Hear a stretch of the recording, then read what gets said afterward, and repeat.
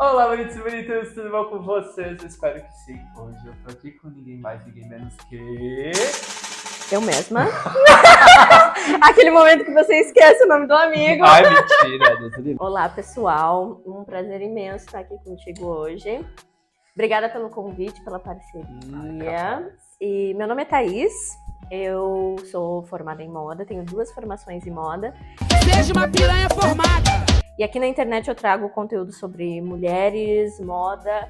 Falo também um pouco sobre a minha experiência com relacionamento abusivo e a minha batalha com... Uma lágrima escorrendo. Enfim, eu divido a minha história com outras mulheres, não só sobre os meus relacionamentos que não deram certo, mas como que isso influenciou na minha imagem e como que a moda me salvou. Trago a Thaís aqui porque a gente fez um caminho, uma digressão histórica para entender como é que se dá a concepção do belo aqui na periferia do capital, como movimentos históricos e sociais colidem com nossa Forma de pensar. Exatamente, e também de reconhecer a beleza e, por consequência, a feiura. Acho que você vai ter mais autoridade para falar dos movimentos de beleza e moda na atualidade e o porquê que a gente está vivendo isso. Eu acho que a primeira coisa que a gente tem que entender é que a gente pensa a beleza de uma forma muito porque a gente vive no Brasil. Gente, não é à toa que o Brasil é o campeão de cirurgias plásticas e procedimentos estéticos no mundo. Nem os Estados Unidos estão na nossa frente. Isso é algo a se pensar. Sendo que boa parte do que a gente reconhece de belo vem de lá. Vem de lá. Mas não só de lá, porque, enfim, é um mundo globalizado. Hoje com a internet a gente recebe informações de várias partes do mundo. Né? Hoje a gente tem um movimento muito forte de beleza vindo da Coreia. Maquiagem coreana, o K-pop. Né? No K-pop não só como um movimento da música, mas também como de padrão de beleza, né? Porque os coreanos têm um outro beauty. Nos bastidores, gente, a gente falou horrores, tá? Vai estar quase 2 horas de conversa antes de ligar a câmera aqui. A gente estava falando como esse retorno, esse saudosismo que a gente está tendo, não à toa a Luísa Sonza usa imagem dos anos 2000, né, na construção da persona dela, musicalmente falando. E eu falo Luísa Sonza para ser uma referência forte do pop brasileiro, mas enfim. Vocês podem pensar na Anitta, por exemplo, Exato. como referência do pop, principalmente... Esses últimos clipes agora desse novo projeto dela, na favela, que retoma a imagem da favela, mas com uma estética... Furacão 2000, exatamente, Furacão 2000. No início dos anos 2000, quando o funk popularizou, saiu da periferia e foi para as grandes massas, ganhou as elites... Foi pro programa de TV dominical com o Bonde do Tigrão, sim, né? Quando ele ficou mais melodioso, com violão, MC Marcinho, né? Que Deus o tenha, inclusive. Quando o funk popularizou, ele tinha uma estética muito padrão, né? Do tudo muito justo, tudo muito curto, bandana, um certo movimento hip hop. A maquiagem, né? Características dos anos 2000, né, gente? E a gente dá um exemplo de maquiagem dos anos 2000. O lapisinho preto. O lapisinho, lapisinho preto, aquela sombrinha mais prateada, sobrancelha na régua, né, que o pessoal usava. Inclusive, a minha sobrancelha é finíssima, graças aos anos 2000. Obrigada. E a gente tá retornando isso fortemente em todos os cenários culturais, musicalmente, filmes. A Rebelde não vende ingresso e não lota show à toa, né? Olha pra onde a gente tá retornando. Restart anuncia retorno, né? A gente teve o Ruge, que há alguns anos também retornaram. Olha esse saudosismo, né? De partilho dessa mesma opinião, que nós temos um movimento social de pensamento coletivo que culmina nesse retorno cultural aos anos 2000, sim, muito proveniente da pandemia, de todos esses traumas sociais que provocam medo, e a gente acaba regressando a um ponto que para nós era seguro. Isso já aconteceu em outros momentos da história. Quando a gente para estudar a história, a gente vê vários desses movimentos acontecendo muito antes dos anos 2000 e dos anos 90 voltarem pra gente. Sempre que alguma catástrofe, e eu falo catástrofe de cunho global, entendeu? Mortes, como aconteceu com a pandemia, como aconteceu com o Covid, que a gente ficou com muito medo, que a gente estava apavorado, que não tinha cura, que estava todo mundo em risco. O que acontece? Esse saudosismo veio como uma forma de a gente se agarrar no que, na nossa lembrança, era seguro, era bom, quando a gente tinha todas as pessoas que a gente ama na nossa volta, porque muitos de nós perderam mais de uma pessoa da família. Então são lembranças que trazem conforto, acalento. Então a gente volta para esse lugar seguro na história, mesmo que não seja bem assim como a gente lembra, mas a gente faz esse movimento de volta. Ao mesmo momento que a gente volta ali para os anos 2000, a gente traz também um sentimento que impera hoje ainda, mas esse conservadorismo muito grande da gente se chocar com imagens que a gente já via no domingo, passando na TV, né? Então a gente, porque a roupa muito curta, muito chocante da Anitta. Mas a gente não via isso no programa do Gugu, com uma pessoa buscando na banheira um sabonete? Eu com os meus... Eu não sei quantos anos eu tinha, mas com certeza era menos de 10, no domingo de tarde, 2 horas da tarde, via aquelas as assistentes de palco do Gugu, Sim. com biquíni cavado, porque era a moda dos anos 90, eram os biquínis super cavados, um cara de sunga se esfregando numa banheira, entendeu? E era a coisa... Eu tô criticando, suco gente, de não, tô entretenimento. até com inveja. E eu percebo que como a gente tá esse medo, esse sentimento de euforia, eu acho que causa uma certa dicotomia no pensamento social. A gente tem uma pessoa que são extremamente progressistas e elas querem mudança, e a gente vê um movimento de massa que usam cropped, os homens usando cropped, a gente vê as meninas explorando o seu corpo de maneira mais sensual. A gente vê uma massa que se choca muito, mas essa mesma massa que fala, porque na minha época não era assim. Era pior. Mas na nossa época tinha o El Chan, que descia na boquinha da garrafa em rede nacional. Inclusive, tu aí que tá assistindo a gente agora, muito deve ter ralado na boquinha da garrafa. Ai, gente, e às vezes a garrafa tava com a tampinha virada pra cima. Às vezes não tinha nem tampinha. Por que vale a pena ressaltar isso, gente? Algumas pessoas chegam influenciadoras hoje, quando postam sua barriga de lipoled, hipócrita não, né? Mas sem responsabilidade, porque você tá... Gente, isso sempre foi feito. Só que não se fazia na internet de uma forma tão rápida e tão massiva. Numa mídia que tu tem um feedback tão rápido. Exatamente, né? Mas saía na capa da Contigo, fulana com um corpão apenas 2 meses após dar à luz. Priscila Fantin. Fantin. Foi tu que postou, né, amiga? Foi. Que era gorda, né, gente? Vai rolar foto aqui do que era o gordo da Priscila Fantin pra vocês verem. E depois ela entra no processo de emagrecimento. E eu acredito que não porque ela quis. Não. Né? Mas porque ela fica lendo notícias a respeito dela mesma. E aí eu acho que aqui, pessoas muito... Se a gente, réis mortais, que moramos aqui no interior de Santa Catarina, não fazemos necessariamente dieta porque a gente quer, sim, porque a gente cedeu a pressão, entendeu? Muitas vezes. Trabalha. Uma pessoa que vive da imagem e que vê tem várias referências, mas nenhuma parecida com ela. Ver quem são os colunistas que falam, quem são os jornalistas que estão por trás falando. Com certeza não é uma mulher que tem 2 filhos, não é uma pessoa que leva uma vida real, né? Com certeza vai ser um cara... homem, exato. cis. Por isso que é muito importante vocês entenderem que beleza, gente, é discurso, tá? Assim como o pecado é a tua virtude é um discurso da igreja, como o crime e o teu direito é um discurso da lei, a beleza é um discurso de uma indústria que não à toa prega insatisfação, porque induz ao consumo e o seu objetivo é o lucro.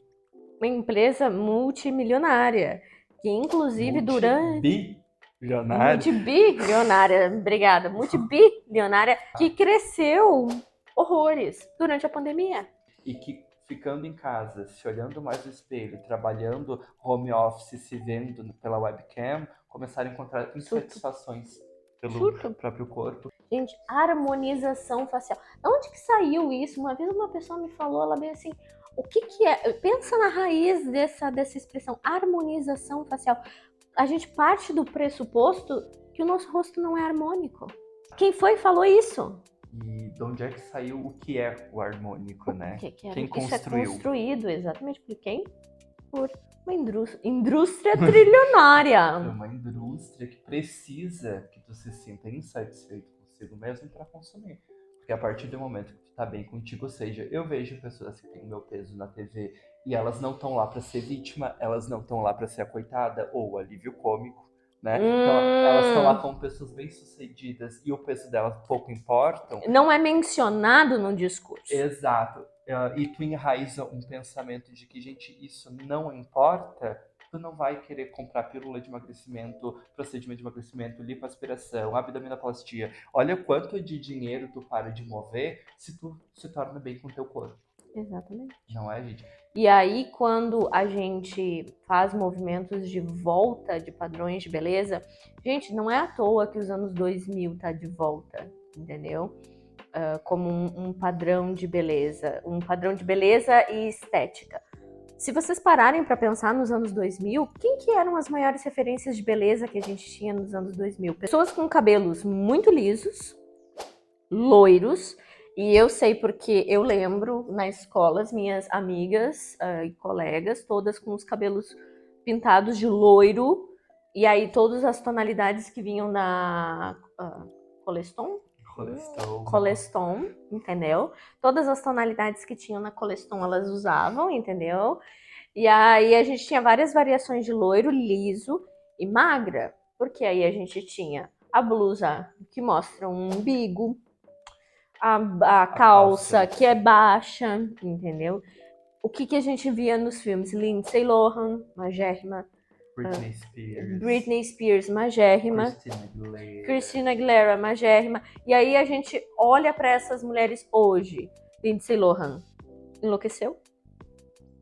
Britney Spears enlouqueceu também. Christina Aguilera teve um momento de surto. Teve um momento de surto e hoje ela é uma mulher plus size, a gente pode considerá-la uma mulher plus size, linda, entendeu? Super de boa com o corpo dela. Tem uma matéria que considera a Christina Aguilera como plus size e, gente, ela é magra. Se você parar pra pensar isso, quais as nossas referências de plus size? Naquela época. Exato, e são pessoas magras. Quando a Victoria's Secret inclui uma modelo plus size no seu casting, e ela é uma pessoa magérrima. Mas aí a gente entra de novo na questão da Priscila Fantin, que era a pessoa mais gorda que a gente tinha na TV. E aí entra a capa da Capricho, que ela disse que era feliz com o corpo dela. Fernanda Lima? Fernanda Souza. Fernanda Souza, que é casada com o Thiaguinho, né? Gordinha assim, linda também, não sei o quê. Gordinha assim, linda também. Como se fosse duas coisas. Como se fossem antônimos. Vocês entendem o que é a linguagem que é plantada quando a gente fala? Exatamente. Ela é gorda, mas ela é bonita. Mas ela é bonita. O rosto dela é tão bonito. Ela é tão bonita de rosto, por que não emagrece? Por quê?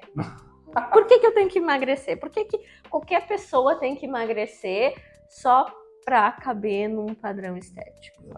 E, gente, desde que nós nos conhecemos por humanidade estudada socialmente, a gente entende que beleza é uma imitação de uma classe dominante. Sempre. Né? Tô aqui propondo uma reflexão com vocês, estamos, aliás, de que você pensa da forma que pensa porque é estimulado. Pensa da forma que pensa porque é ensinado a. Então, quando vocês forem sentir, tá, ou expressar a opinião de vocês, por exemplo, aquela dança, gente, muito sensual, ai, que chocante aquilo. Vocês assistiam o Tchan na boquinha da garrafa no domingo à tarde, tá? E dançava. E sabia a coreografia. Exato. Mamonas Assassinas jamais teria feito sucesso hoje em dia. Nós já passamos por coisas piores ou estão acontecendo hoje. E chocar é uma forma de expressão. Com certeza. E eu fico pensando aqui que antigamente acontecia isso no domingo de tarde. A gente tinha as paniquetes, entrevistando pessoas de biquíni em aeroporto, e ninguém via isso como um problema. A gente dava risada. E assim, que bom que a gente botou a mão na consciência e disse, não, calma, né? Uma coisa de cada vez, isso tem horário e tem lugar para ser feito. Porque nem tudo pode ser acessado por crianças. Exatamente. Crianças que ainda não estão prontas para acessar esse tipo de conteúdo. Então, por esse lado, sim, entendo que talvez não seja o lugar. TV aberta, num domingo à tarde, não seja o lugar. Mas isso sempre existiu. Quando o João Guilherme aparece de cropped, o pessoal se choca. Peraí, gente, vocês nunca viram artistas antes de cropped? Will Smith? anos 90, né? Qualquer episódio de Um Maluco do Pedaço. Ele aparecia de cropped. Ele aparecia de cropped, Johnny Depp aparecia de cropped. A gente retorna para os anos 70, quando a gente tinha aqueles programas de ginástica, os caras usavam até polaina. Polaina. Que hoje a gente atribui como Artigo feminino. um artigo feminino, e eles usando muito de boas, né? E aí a gente volta também para os ídolos do rock, como John Bon Jovi, e entre tantos outros que também usavam cropped em plenos anos 70. E se vocês retornarem ainda mais agora de uma maneira histórica, o que era a aristocracia da França com os homens usando peruca, maquiagem e salto alto? E era Exatamente. um artigo masculino. Exatamente. Então, gente, o masculino e o feminino também é São um modificados, discurso, né? exatamente. E a Thaís conversando por fora, e ela fala desse movimento de que a elite precisa ter uma distinção da massa. Então, quando a massa começa a se parecer Com a elite. com eles, e os bens, os itens dela se tornam acessível, ela vai para outro lado, e é disso que surge a moda. Foi assim que surgiu a moda, na verdade, né? Na partir da Revolução Francesa, que o que acontecia? Surgiu durante a Revolução Francesa, durante e após, surgiu a burguesia. Né, que eram os comerciantes que ganharam dinheiro. Pessoas que tinham dinheiro, mas não pertenciam à aristocracia, não eram Família da realeza. real. Exatamente, que era quem mandava, quem tinha grana. Então, o que acontecia? A família real inventava uma moda e a burguesia rapidamente copiava. Não era do interesse da família real que a burguesia aparecesse com eles, mesmo tendo dinheiro. Como forma de se distinguir socialmente, de não se parecer, eles inventavam outra moda. Inventavam outro tecido, outro bordado, outro negócio que vinha não sei de onde, para se afastar dessa chamada burguesia. E foi assim que surgiu a moda. E abaixo da burguesia tinha alguém que copiavam eles. E assim você E assim, exatamente, tem quem copia a burguesia e assim vai, né? Por exemplo, assim, as Kardashian, hoje em dia, elas também fazem esse movimento. Porque que acontece? A gente falou antes que a indústria da beleza é uma trilionária, gazilionária, né? Então, os procedimentos, as plásticas são muito mais acessíveis do que um dia foram. Os bumbuns que eram naturais agora sumiram, menina, veja só. Exatamente. Então, assim, as Kardashian nos juraram que os bumbuns eram naturais, aí de repente sumiu. Vocês percebem que elas começam com procedimentos que passam a ser caríssimos. Por um movimento de alto consumo, mais profissionais começam a fazer, porque a demanda aumenta. Muito Com grande. mais profissionais fazendo, o preço diminui, e aí a massa começa a ter acesso. A elite pensa, ai gente, Não gostei. eu com a mesma carinha que eles, vamos tirar tudo, agora o natural que é bonito. Exatamente, a moda é ser natural, entendeu? Aí a gente entra com o discurso da Kylie Jenner, há não muito tempo atrás, dizendo que estava removendo todos os preenchimentos, porque ela não queria dar mau exemplo para a filha. Fica aqui a nossa reflexão, Thaís, muito obrigado. Muito obrigada, amigo. Gente. Tem nem roupa pra isso. Botei preta pra não passar vergonha, né, gente? Um beijo, gente. Até mais. Mãozinha Tchau, na tchau. consciência e dedo no ar.